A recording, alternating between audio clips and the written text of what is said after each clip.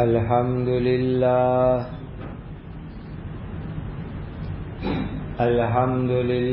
الذي هدانا لهذا وما كنا لنهتدي لولا أن هدانا الله أشهد أن لا إله إلا الله وحده لا شريك له وأشهد أن سيدنا وشفيعنا ومولانا محمدا عبده ورسوله صلوات الله تبارك وتعالى عليه وعلى آله وأصحابه وذرياته وأهل بيته وأهل طاعته وبارك وسلم تسليما كثيرا كثيرا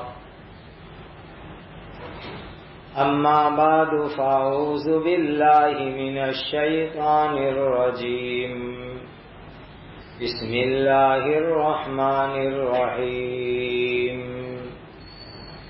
سبحان الذي أسرى بعبده ليلا من المسجد الحرام إلى المسجد الأقصى الذي باركنا حوله لنريه من آياتنا إنه هو السميع البصير صدق الله مولانا العظيم.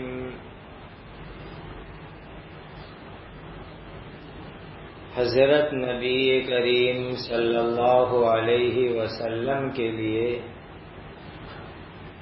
جو مبارک نام، مبارک لقب، صفاتی نام قرآن مجید میں آئے ہیں، اس کا مبارک سلسلہ چل رہا ہے. یہ سورہ بنی اسرائیل ہے، جس کو سورہ اسراء بھی کہتے ہیں.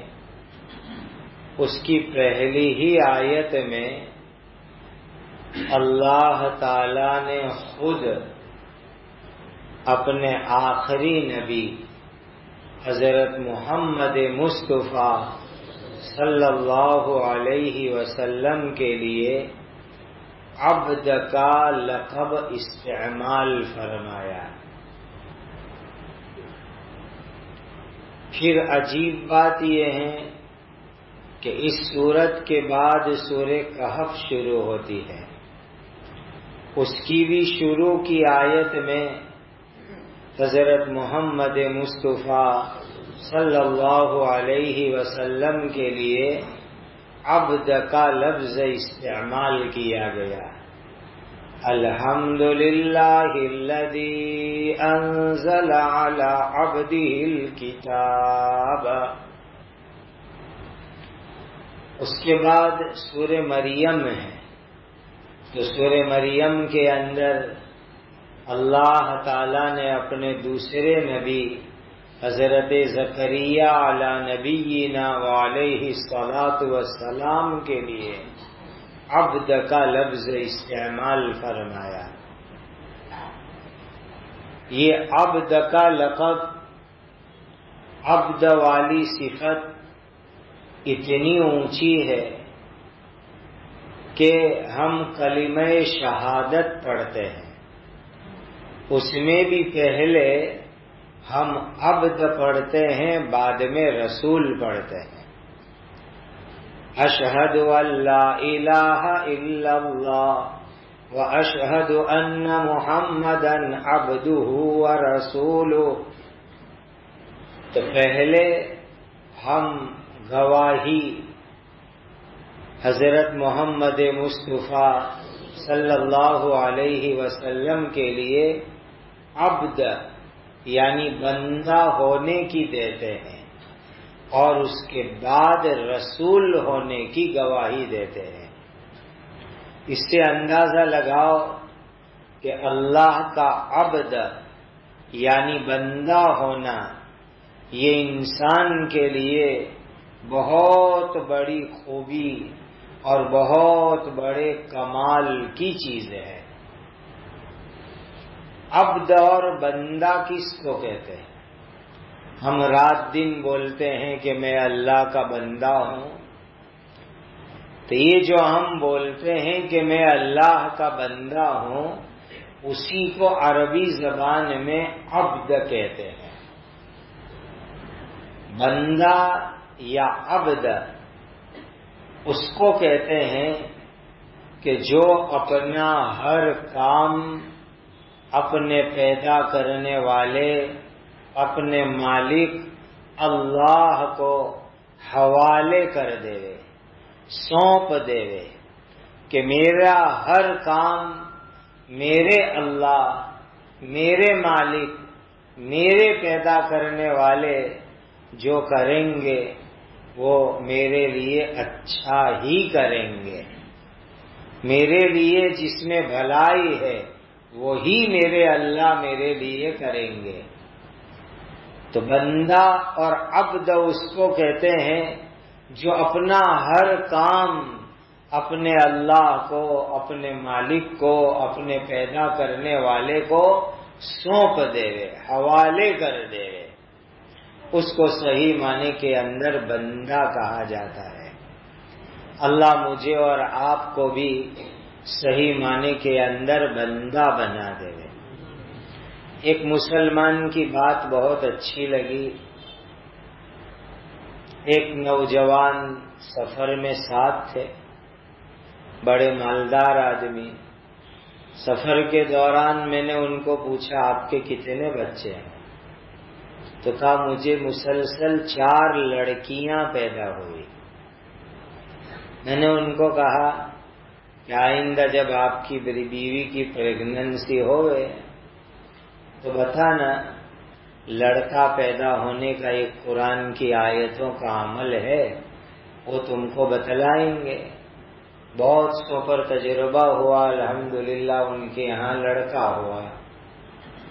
تو اس نے بہت اچھی بات کہی، بہت پسند آئی اس کی بات، کہ میں نے اور میری بیوی نے یہ طے کر لیا ہے کہ اللہ تعالی جو دے وہ ہم خوشی خوشی لے لیں گے۔ لڑکا پیدا ہو، لڑکی پیدا ہو، ہم ہر چیز اپنے پیدا کرنے والے اللہ کو سونپ دیتے ہیں، وہ جو دے ہم خوشی خوشی لیں گے۔ اسی کو صحیح معنی میں بندہ اور عبد کہتے ہیں، کہ جو اپنا ہر کام اپنے مالک کو، اپنے اللہ کو، اپنے پیدا کرنے والے کو حوالے کر دے، سونپ دے، اس کو بندہ کہا جاتا ہے۔ اب یہاں دیکھیے کہ حضرت نبی کریم صلی اللہ علیہ وسلم کو اللہ تعالی نے عجیب و غریب سفر کروایا۔ جس زمانے میں راکٹ، ایروپلین اور اسپیس شٹل ایسی کوئی چیز نہیں تھی، ایسے زمانے کے اندر اللہ تعالی نے 7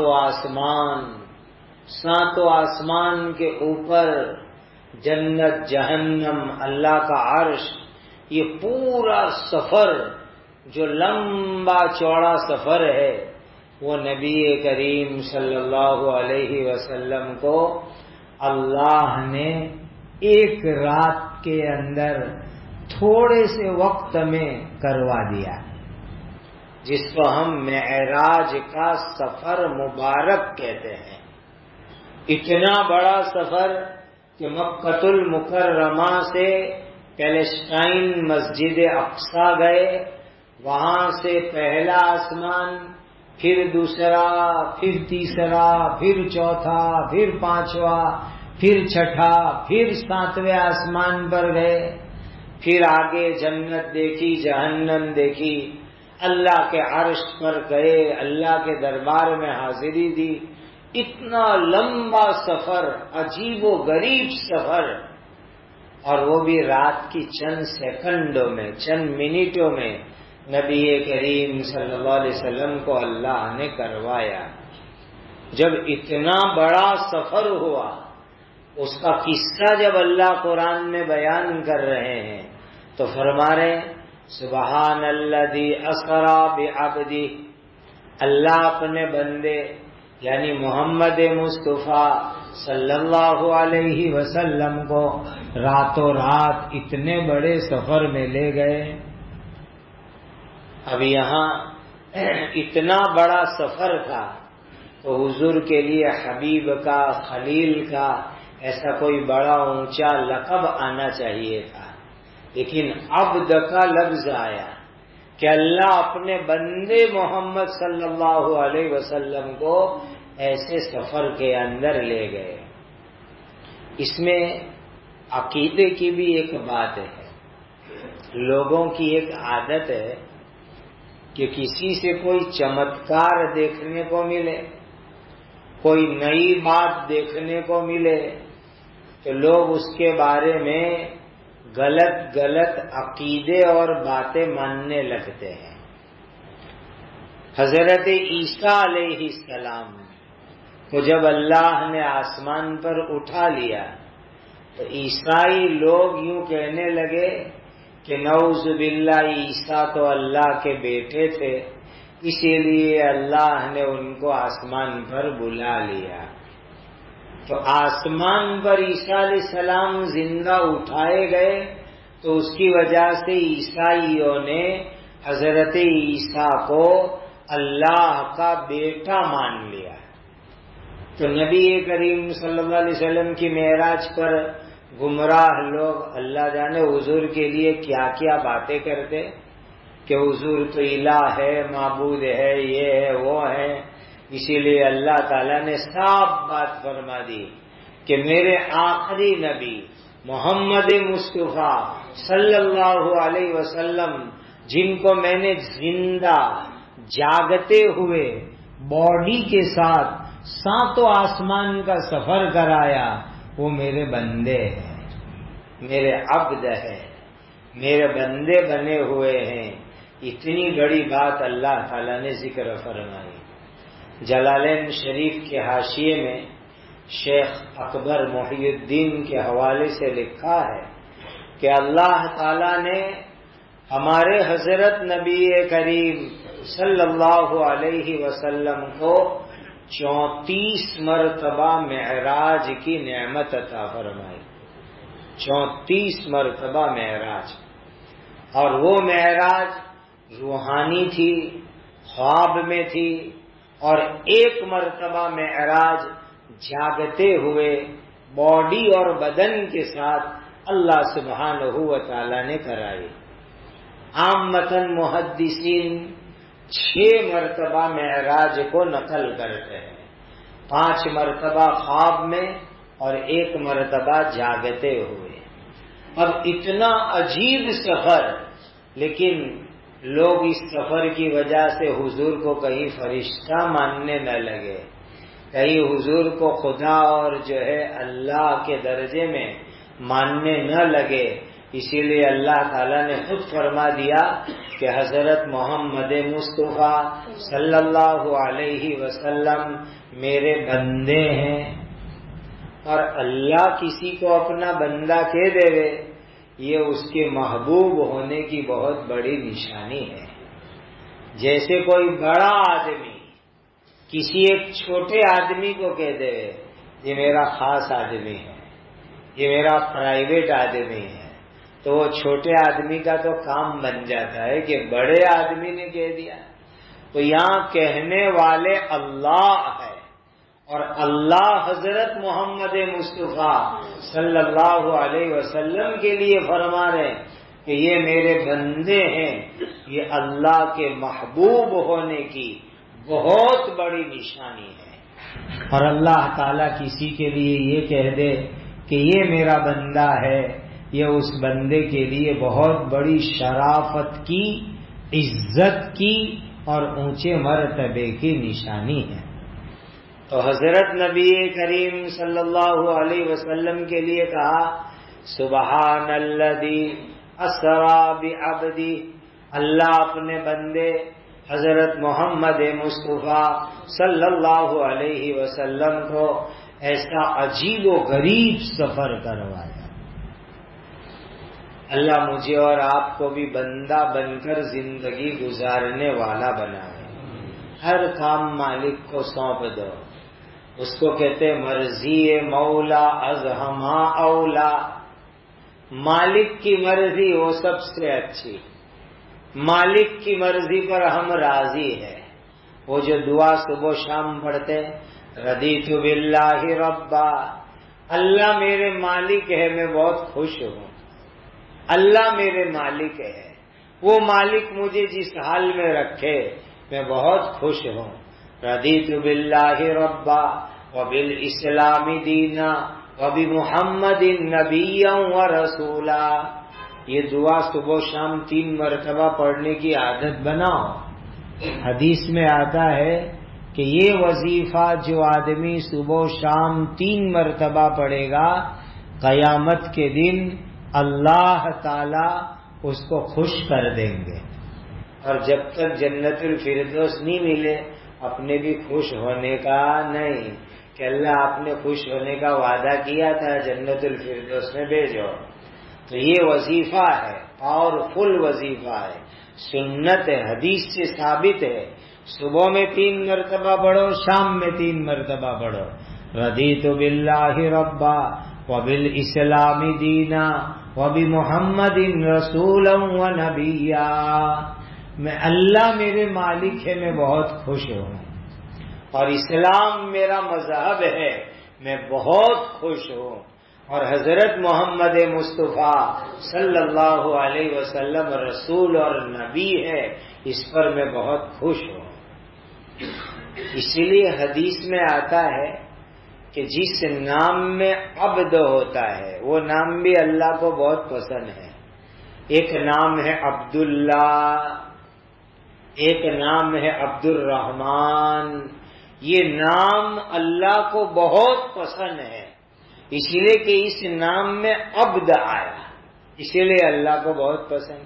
عبداللہ کا میننگ ہوتا ہے اللہ کا بندہ، عبد الرحمن کا معنی ہوتا ہے رحمان کا بندہ۔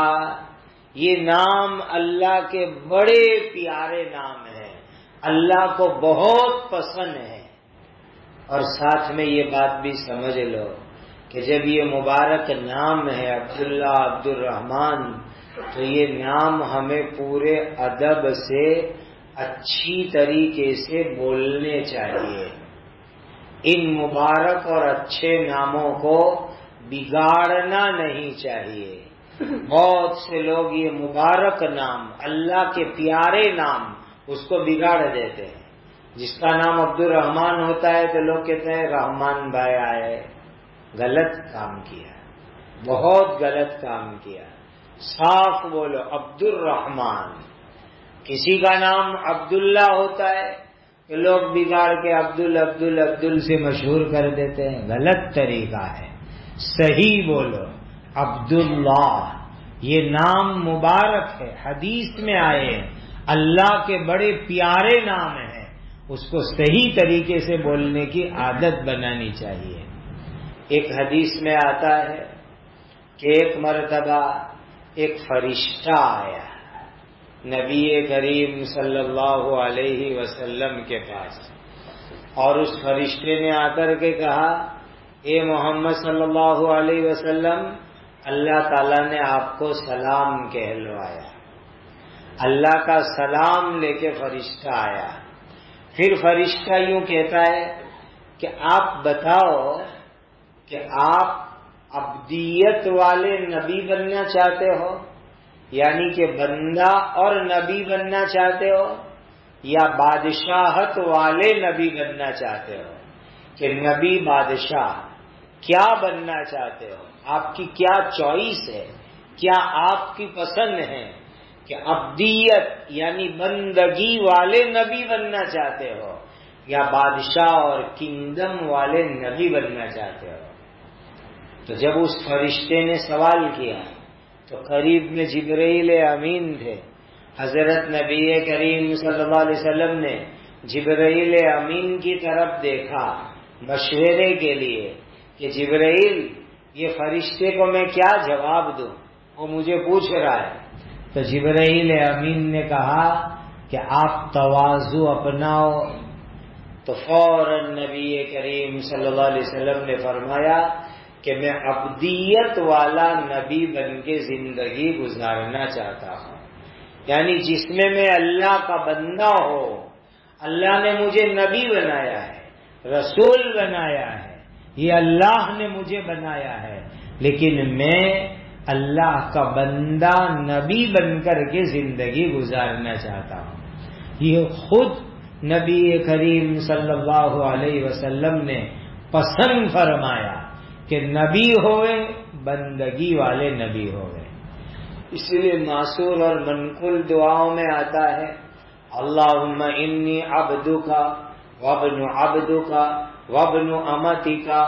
اے اللہ میں تو آپ کے ایک بندے کا بیٹا ہوں. ہم سب کون ہیں؟ ہم کتنے بھی بڑے ہو لیکن ہمارے ابا ہماری اماں اللہ کا بندہ ہے، اللہ کی بندی ہے، ہم انہی کی اولاد ہے. ہم بھی اللہ کے بندے، ہمارے باپ بھی اللہ کے بندے، ہم بھی اللہ کے بندے، ہماری ماں بھی اللہ کی بندی. ہم سب اللہ کے بندے، ہمارے ماں باپ بھی اللہ کے بندے. اور یہ بندہ بن کر کے رہنا یہ اللہ تعالیٰ کو بہت پسندیدہ ہے. جب یہ بات ہو گئی تو اس کے بعد نبی کریم صلی اللہ علیہ وسلم نے ٹیک لگا کر کے کھانا کھانا چھوڑ دیا. پھر اس کے بعد کبھی حضور نے ٹیک لگا کے کھانا نہیں کھایا. فرماتے تھے کہ جیسے عبد بیٹھتے ہیں، اس زمانے کے اندر جو غلام ہوتے تھے، داسی پرتھا، اس کو بھی عبد کہتے تھے. تو حضور نے فرمایا کہ اب میں عبد بندہ جس طریقے سے بیٹھ کر کے کھاتا ہے اس طریقے سے بیٹھ کر کے میں کھانا کھاؤں گا. اس کے بعد کبھی حضور نے ٹیک لگا کر کے کھانا نہیں کھایا. اسی لیے ٹیک لگا کر کے کھانا کھانا یہ سیٹھوں کی، بڑے تکبر والوں کی، گھمنڈ والوں کی نشانی ہے، عیاشوں کی نشانی ہے. نبی کا مبارک طریقہ، بندگی والا طریقہ یہ ہے کہ آدمی ٹیک لگائے بغیر کھانا کھاوے. اسی لیے ہمیں بھی بہت ایکٹیو رہنا چاہیے، چوکنا رہنا چاہیے کہ کھانا کھاتے وقت پر ٹیک نہیں لگا رہے. بہت سے لوگ ایک دم ٹیک لگا کر کے آرام سے کھانے کی عادت ڈالتے ہیں، غلط بات ہے. ٹیک لگا کر کے کھانا یہ تکبر والوں کا اور عیاشوں اور آوارہ لوگوں کا طریقہ ہے. حضرت محمد مصطفیٰ صلی اللہ علیہ وسلم ٹیک لگا کر کے کھانا نہیں کھایا کرتے تھے، بلکہ بعض مفسرین تو یہاں تک لکھتے ہیں کہ رسالت سے بھی اونچا مقام عبدیت کا ہے. اسی لیے کہ رسول میں کیا ہوتا ہے کہ حق تعالی سے لو اور بندوں کو پہنچاؤ، اس کو رسول کہتے ہیں. اور بندہ بننے میں یہ ہوتا ہے کہ اپنی ذات کو خالق اور مالک کے ساتھ جوڑ دو. تو کہا کہ اتنا اونچا مقام ہے بندہ بن کر کے زندگی گزارنا. تو اللہ تعالیٰ نے قرآن کی یہ 2 سورتوں کے شروع میں حضرت محمد مصطفیٰ صلی اللہ علیہ وسلم کے لیے بہت اونچا لقب، بہت بڑا صفات خوبی والا نام عبد استعمال فرمایا. سبحان الذی اسری بعبدہ. لہذا جب اللہ کے آخری نبی، تمام نبیوں کے سردار، تمام رسولوں کے سردار، بلکہ اللہ کے بعد مخلوق میں جن کا سب سے اونچا مقام ہے وہ ہمارے نبی حضرت محمد الرسول اللہ صلی اللہ علیہ وسلم بندہ بننا پسند کرتے ہیں. تو ہمیں بھی بندہ بننا پسند کرنا چاہیے. بندے بن کر کے ہم زندگی گزارے. اور بندہ اس کو کہتے ہیں جو ہر کام اپنے پیدا کرنے والے کو سونپ دے وے، جو جھک جھک کر کے تواضع کے ساتھ زندگی گزارے وہ بندہ کہلاتا ہے۔ اللہ ہم سب کو حقیقی معنی میں اپنا بندہ بنا دے رہے اور بندگی والی صفات کے ساتھ اللہ ہمیں زندگی گزارنے کی توفیق اور سعادت عطا فرمائے۔